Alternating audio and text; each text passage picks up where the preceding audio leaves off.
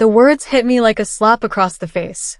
Patricia leaned in close during Sunday dinner, her voice barely a whisper so only I could hear.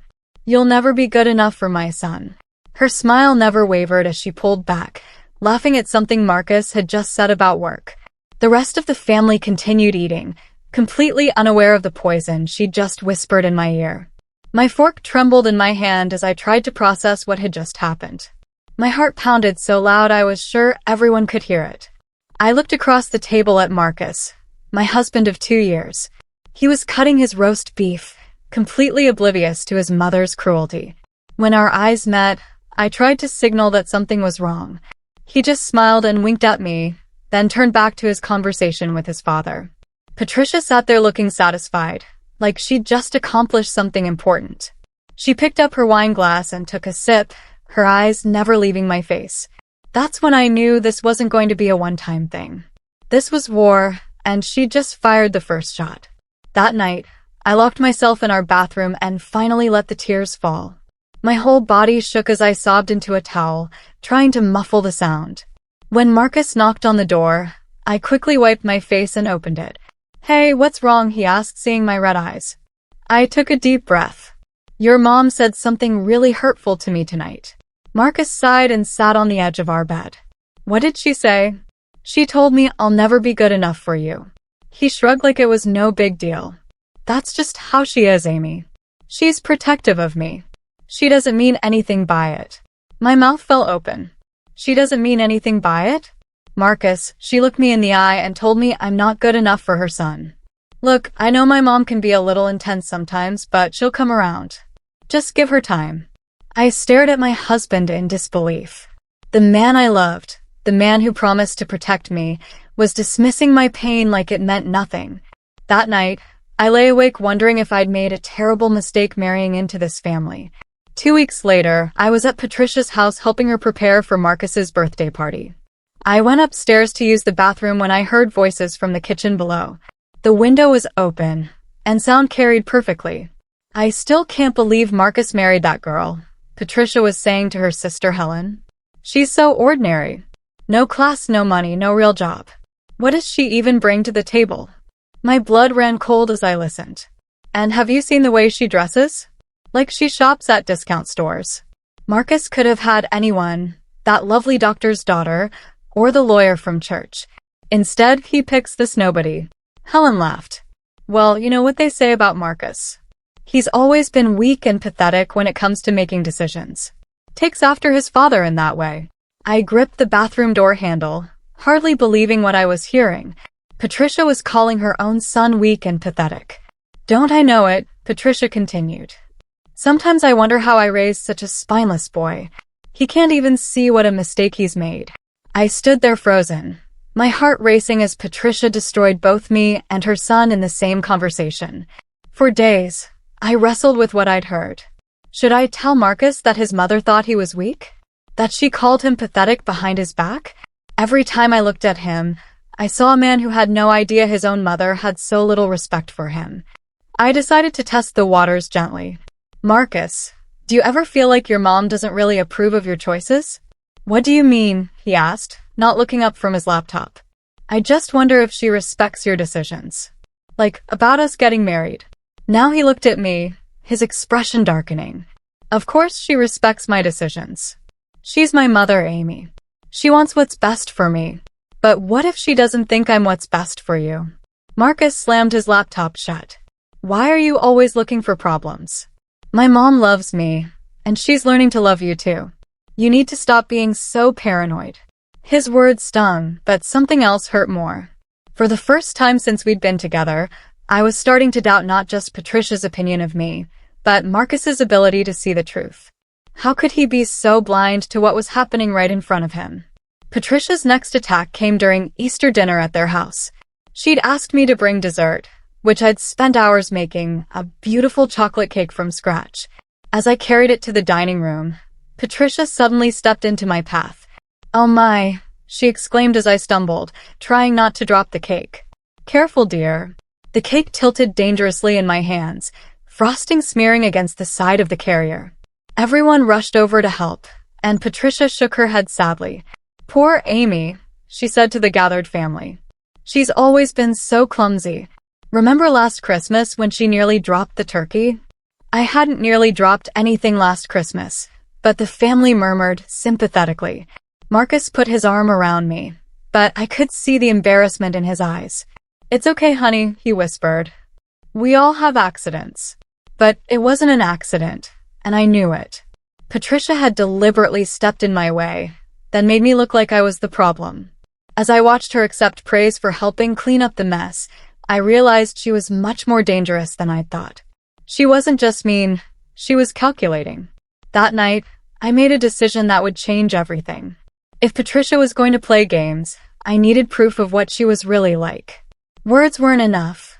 Marcus would just defend her. But evidence, that was something different. I started carrying my phone everywhere, keeping the voice recorder app ready. At first, I only caught small things. Little digs about my appearance, subtle criticisms of my cooking. Nothing that would shock Marcus, but enough to show a pattern. The first recording I got was Patricia telling her neighbor, Amy tries so hard. Bless her heart, but she just doesn't have natural style. Some people are born with it, and others. She trailed off with a laugh that said everything. When I played it for Marcus that evening, he frowned. She was probably just making conversation. You're taking it out of context. How is that out of context, Marcus? She was making fun of me. She said you try hard. That's a compliment. I stared at my husband, wondering when he'd become so good at twisting words to protect his mother. But I wasn't giving up. If anything, his denial made me more determined to collect the evidence I needed. Marcus's reaction to that first recording told me everything I needed to know. No matter what Patricia said, he would find a way to excuse it. But I wasn't going to let that stop me. I kept recording, building my collection of evidence. You're reading too much into things, Marcus said when I tried to discuss it again. My mom is a little old-fashioned, sure, but she's not trying to hurt you. A little old-fashioned? Marcus, she called me classless. She was probably talking about something else entirely. You're being paranoid, Amy. The word paranoid hit me like a punch. This was the man who was supposed to love and protect me, and he was calling me crazy for noticing his mother's cruelty. I felt more alone in my marriage than I ever had before. That night, I called my brother Tom. I need to ask you something, and I need you to be honest with me. Am I overreacting to Marcus's mom? Amy, that woman has been awful to you since day one. The fact that Marcus can't see it doesn't make you paranoid. It makes him blind. Hearing those words from someone I trusted gave me the strength to keep going. I wasn't crazy. I wasn't paranoid. I was married to a man who couldn't see the truth about his own mother. Patricia's birthday party was the perfect opportunity. She was in her element, holding court with all her friends and family gathered around. I sat quietly in the corner, my phone recording everything. When it came time for toasts, Patricia stood up with her wine glass. I want to thank everyone for being here tonight. Family means everything to me, especially the family you're born into. Her eyes found mine across the room. Some people understand what it means to truly belong to a family, and others, well, they try their best. The room laughed politely, but I saw the knife twist in her words. She was telling everyone in front of me that I didn't belong. Marcus raised his glass and smiled at his mother. To Mom, who always knows the right thing to say. I wanted to scream. Instead, I kept my phone recording, knowing that this moment of public humiliation was now captured forever. Patricia had just proven exactly what kind of person she was, and she'd done it in front of witnesses. As everyone clapped and cheered, Patricia caught my eye and smiled. She knew exactly what she'd done, and she was proud of it. Later that night, after all the guests had gone home, I was in the kitchen helping clean up when Patricia approached me. Marcus was outside saying goodbye to his uncle, and we were alone. You know, Amy, she said, drying a wine glass with deliberate slowness, I'll never accept you as part of this family. You're just not good enough for my son. My heart pounded, but I kept my expression neutral. My phone was recording in my pocket. You don't have the background, the education, or the class that Marcus deserves.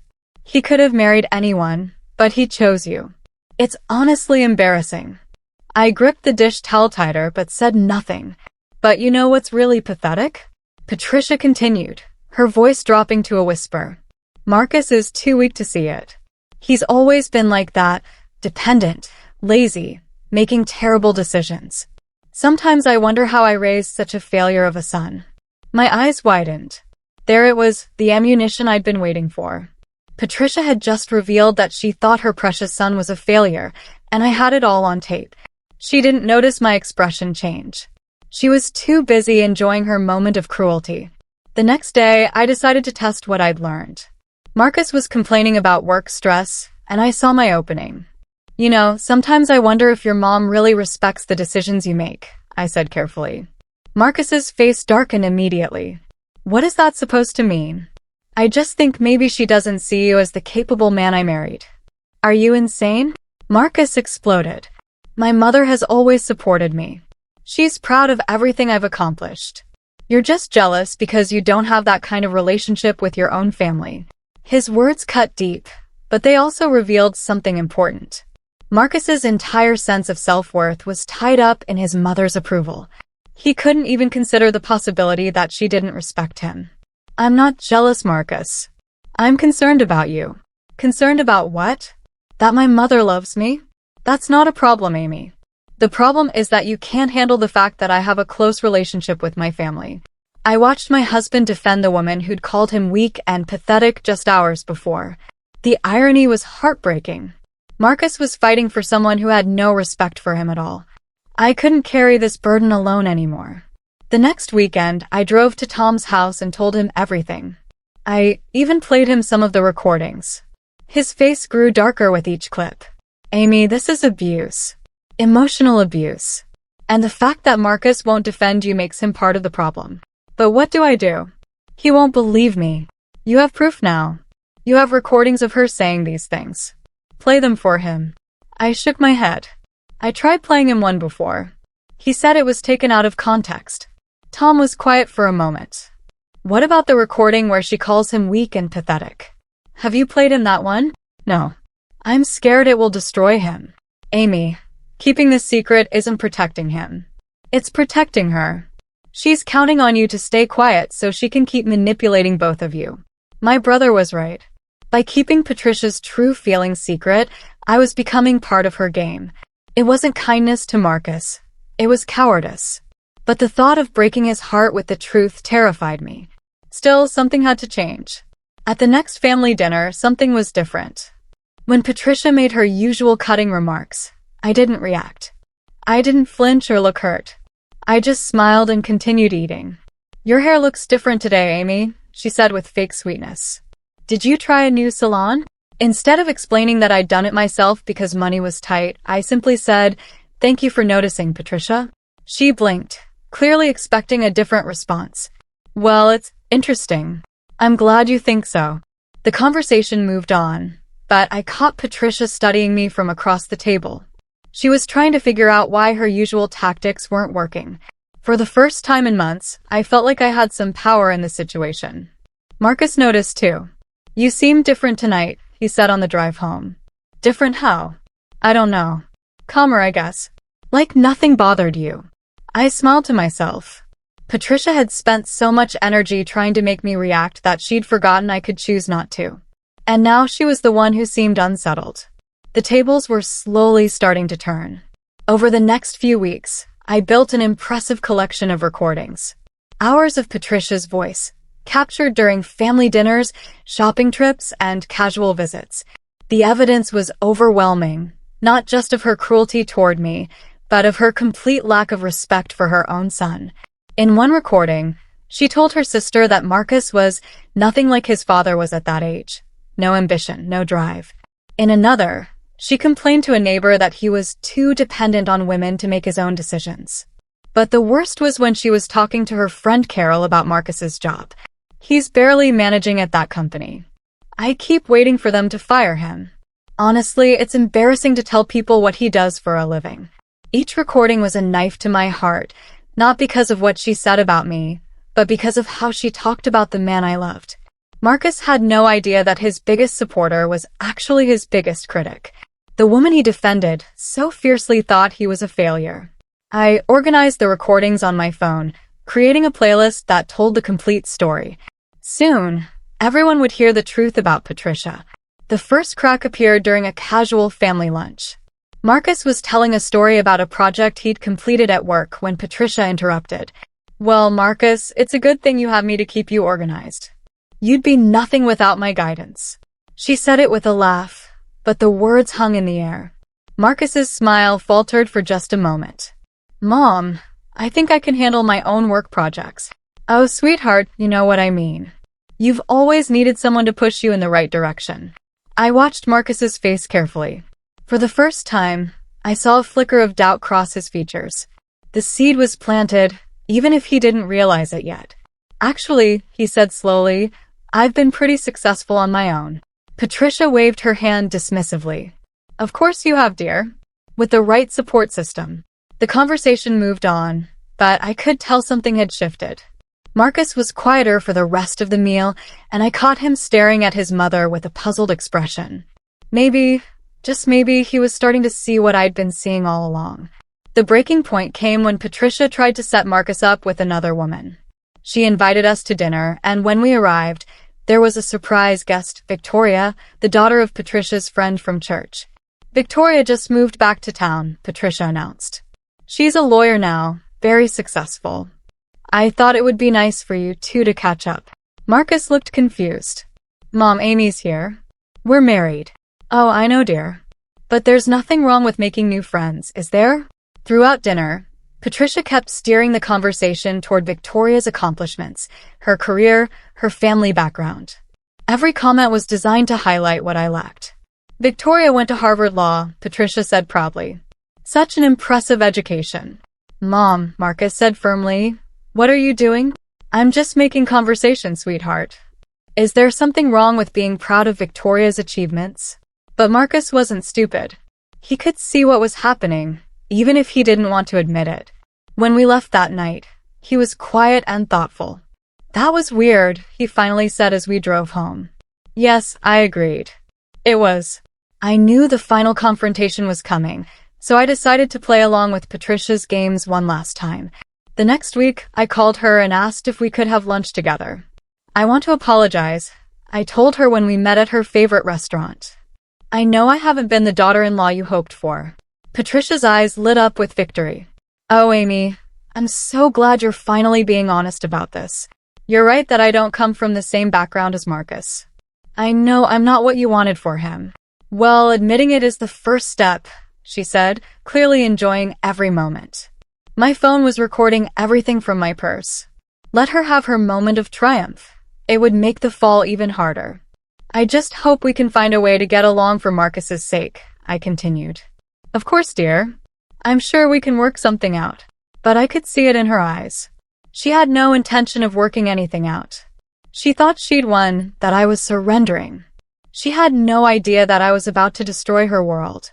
The perfect opportunity came during Thanksgiving dinner at Patricia's house. The whole extended family was there, Marcus's aunts, uncles, cousins, and grandparents.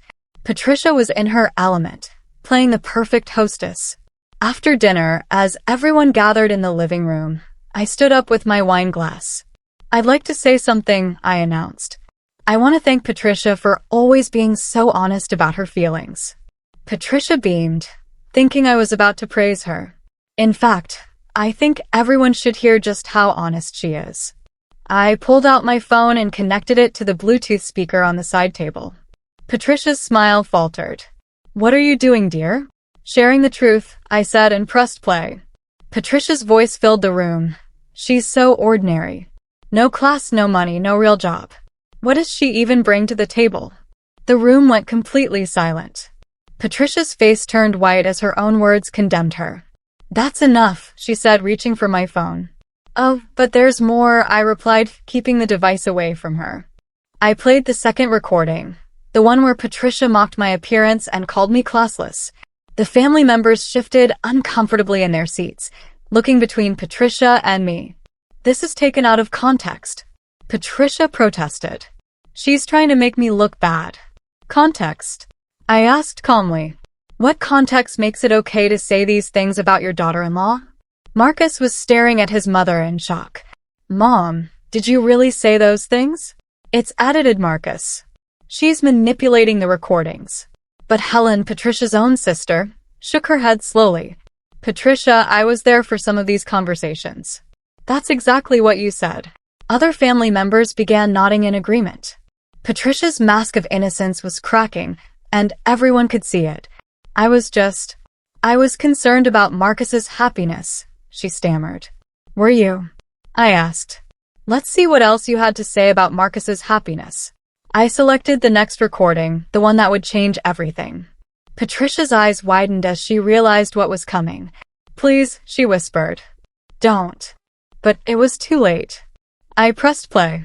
Patricia's voice filled the room again. But this time, the target was different. Sometimes I wonder how I raised such a failure of a son. Marcus is weak and pathetic when it comes to making decisions. The silence was deafening. Every eye in the room turned to Marcus, whose face had gone completely pale. His mouth opened and closed, but no words came out. You think I'm weak? He finally whispered, staring at his mother. Marcus, I didn't mean. You called me pathetic. His voice was growing stronger, anger replacing shock. You called me a failure. Patricia looked around the room desperately, but no one was rushing to her defense. Even her own sister looked disgusted. Those were private conversations, Patricia said weakly. Private conversations where you called your son a failure behind his back, I said. The same son you've been telling to defend you against his terrible wife. Marcus stood up, his whole body shaking. Is this what you really think of me, Mom? That I'm weak and pathetic? Patricia's silence was all the answer he needed. Patricia finally found her voice, but instead of apologizing, she went on the attack. This is all lies. She's trying to turn you against me, Marcus. Can't you see what she's doing? What I see, Marcus said quietly, is that my mother has been lying to my face for years. I never lied. I've always supported you. You just called me a failure and pathetic in front of our entire family. Patricia turned to the other relatives, desperate for support. She recorded private conversations. This is illegal. She's trying to destroy our family. But Uncle Frank shook his head. Patricia, even if these are private conversations, the things you said, how could you talk about your own son like that? Cousin Beth added, I've heard you make comments like this before. We all have. We just thought it was harmless complaining. One by one, the family members revealed that they'd heard Patricia's cruel comments before. The perfect mother facade was crumbling completely, and everyone could see the real Patricia underneath. You've all turned against me, she said, her voice rising to a shriek. Marcus walked over to where his mother stood, his face a mixture of hurt and rage. I defended you. Every single time Amy tried to tell me what you were really like, I defended you. Because you love me, Patricia said desperately. You know I love you too. Love. Marcus laughed bitterly. Is this love? Calling me weak behind my back? Telling people I'm a failure? Setting me up with other women while I'm married? I just wanted what was best for you. No, you wanted what was best for you. You wanted control. I watched my husband finally see his mother clearly for the first time in his life. It was painful but necessary. Patricia had spent years manipulating him, and now her own words had set him free. I've wasted so much time, Marcus said, looking at me. I'm so sorry, Amy. I should have listened to you. Patricia saw her control slipping away. Marcus, please. She's turned you against your own mother. Don't let her win. But Marcus was done listening to her. The only person who turned me against you was you, Mom. With your own words. For the first time in our entire relationship, I was the one with all the power. Patricia looked small and defeated, while Marcus stood beside me, finally understanding the truth. I recorded those conversations to protect myself, I said to the room. Because every time I tried to tell Marcus what was happening, he didn't believe me. I needed proof. Grandmother Rose, who had been quiet throughout the whole confrontation, finally spoke up. Patricia, I'm ashamed of you. This girl has been nothing but kind to our family, and this is how you've treated her. She's not good enough for him. Patricia shouted, all pretense of politeness gone. And who are you to decide that? Rose shot back. Marcus is a grown man. He chose Amy, and she's proven herself to be a good wife and a good person. You're the one who's not good enough to be her mother-in-law. Patricia looked around the room, seeing nothing but disappointed faces. Her own family had turned against her, and there was no one left to support her lies. "This isn't over," she said to me, her voice full of venom. "Yes, it is," Marcus said firmly. Marcus took my hand and looked directly at his mother. "You have a choice, Mom. You can apologize to Amy and start treating her with respect, or you can lose us both." Patricia's mouth fell open. "You're choosing her over me? I'm choosing respect over cruelty. I'm choosing honesty over manipulation. If that means I'm choosing Amy over you, then yes. I'll cut you out of my will," Patricia threatened. "I'll disown you." Marcus shrugged. "Then disown me. I'd rather be disowned than married to someone who has to endure your abuse." I felt tears in my eyes, but for the first time, they were tears of relief. My husband was finally standing up for me, for us, for what was right. "You'll regret this," Patricia said, her voice shaking with rage. "Both of you will regret this." "The only thing I regret," Marcus replied, "is not seeing this sooner." Uncle Frank cleared his throat. "Patricia, maybe it's time for you to do some serious thinking about how you've been treating people." But Patricia was beyond listening. She grabbed her purse and headed for the door. "Don't come crawling back to me when this marriage falls apart," she called over her shoulder. As the front door slammed behind Patricia, the room stayed quiet for a long moment. Then Grandmother Rose walked over and hugged me tightly. "I'm sorry, dear," she whispered. "We should have spoken up sooner." One by one, the other family members approached us, offering apologies and support. They'd all known Patricia was being cruel, but no one had realized how bad it really was. Marcus and I left the house together, walking to our car in silence. It wasn't until we were driving away that he finally spoke. "I'm so sorry, Amy. I failed you as a husband. You were loyal to your family. I understand that." "She's not my family anymore," he said firmly. "You are? You and whatever family we build together." We drove home through the quiet streets, both of us processing what had just happened. My phone buzzed with a text from Tom. "How did it go?" I smiled as I typed back, "It's over. We won." But really, it wasn't about winning or losing. It was about truth, respect, and standing up for what was right. That was 6 months ago. Patricia has tried to contact Marcus a few times, but he's held firm to his boundaries. She sent a card on his birthday with no return address, and she's driven by our house twice that we know of. But we've built a life without her drama. Marcus goes to therapy now, working through years of emotional manipulation. He's learning to trust his own judgment instead of constantly seeking his mother's approval. "I can't believe I let her control me for so long," he said last week during dinner. "She's your mother. It's natural to want her love. But what she was giving me wasn't love. It was control disguised as love. Our marriage is stronger now than it's ever been. Marcus defends me without question, and I never have to wonder if he's choosing me or his mother. The choice has been made." Sometimes I think about that first dinner when Patricia whispered those cruel words in my ear. I thought I was powerless then, but I wasn't. I had everything I needed to fight back. I just had to be brave enough to use it. Patricia was right about one thing. I'll never be good enough for her son. But that's her loss, not mine. Because the man I married finally knows the truth about both of us, and he chose me. The recordings are still on my phone, but I don't need them anymore. The truth has set us all free.